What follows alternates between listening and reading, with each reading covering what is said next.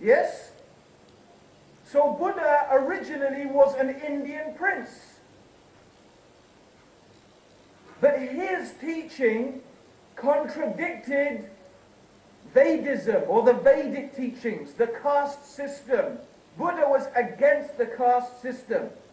He did not believe that salvation in this life depended upon belonging to a caste and following the caste system and worshipping various gods. He had a different idea in which he believed everybody was equal.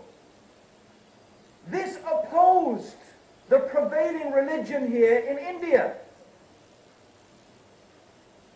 The Brahmins, for example, they believed that goodness meant following the rituals.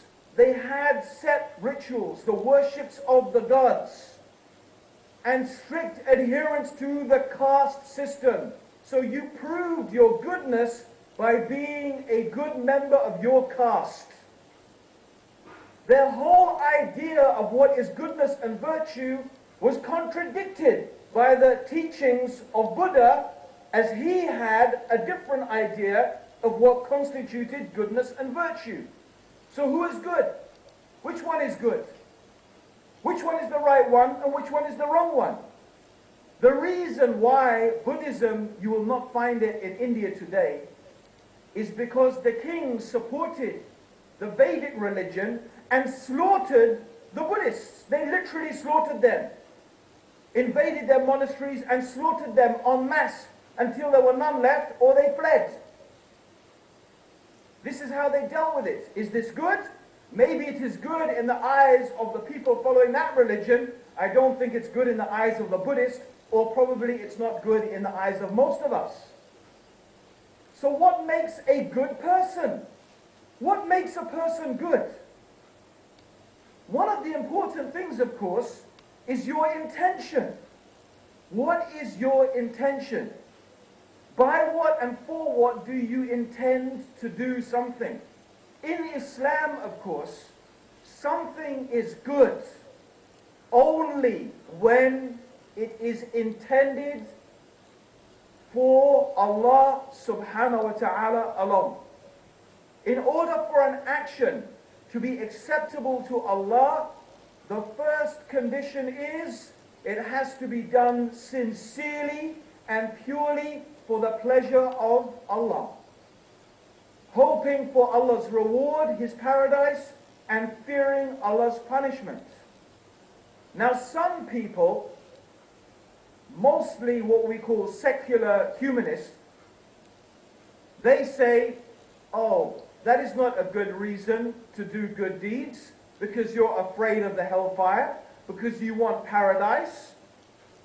Surely the reason you should do good deeds is through altruism. You should just do it because it's good. And they propagate this idea of the benefit of altruistic behavior. I myself do not believe there is such a thing as altruism, doing something without any benefit. Because even these people who do good deeds, don't you think that when they do a good deed, they get some feeling of satisfaction? You know, I did a good deed, I feel a bit good about myself. Certainly they do. That means they are satisfying themselves. They want to feel inside themselves satisfied. That means they, in fact, make themselves the center of the universe. They themselves make themselves the center of the universe. This is actually psychologically more likely to breed arrogance and pride. Is that a good characteristic, to be arrogant? Is that a good characteristic, to be proud? I don't think so. Whereas a Muslim, we do things purely and sincerely for the pleasure of Allah. In fact, there may be some things that Allah tells us to do it, even though we don't like it. And Allah tells us to leave something, even though we like it. It is not an issue whether I imagine it is going to make me feel good or not. For the Muslim, the purpose is only pleasing Allah, only pleasing the Lord of all the creation. So our intention has to be correct. But is that enough? Is it enough for the intention to be correct in order for the deed to be good? No. The deed also has to be correct, meaning the deed has to be done according to the Sharia, according to the law that Allah subhanahu wa ta'ala has given to us in the Quran and in the example of Prophet Muhammad sallallahu alayhi wasallam. So we need these two things, pure intention and the action must be correct. It is only when these two things come together, the deed is considered to be a good deed. If my intention is pure, but my action is not correct, it's not done according to Islam, it's not done according to the Sunnah, Allah will not accept it.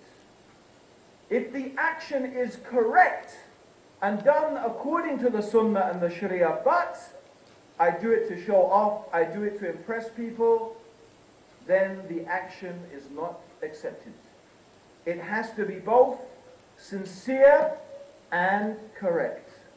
And there is one other thing, very important. The deed has to be done with Iman, true faith. True faith is the basis of everything in Islam. If our belief concerning Allah is not correct, if our faith is not correct, if we are worshipping something or someone along with Allah, then our deeds will be useless, our deeds will be futile, our deeds will be vain.